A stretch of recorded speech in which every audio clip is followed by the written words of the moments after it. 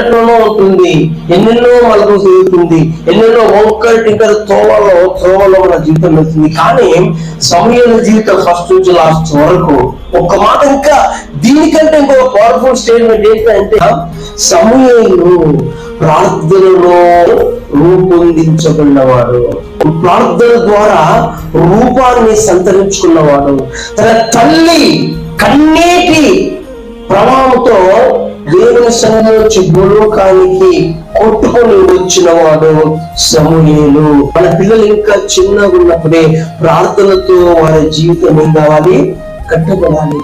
ఆయన జీవితంలో ఒక లైఫ్ స్టైల్ గా ఆయన ప్రార్థన చేయడం అనేది ఆయన జీవితంలో ఒక భాగం అయిపోయింది. జీవితంలో మన విజయ కేతనం ఎగురవేయాలంటే, మన తీర్థయాత్రలో అంతకంతకు ముందుకు కొనసాగాలంటే ప్రార్థనతోనే మనం ప్రతిదీ ఆరంభించాలి.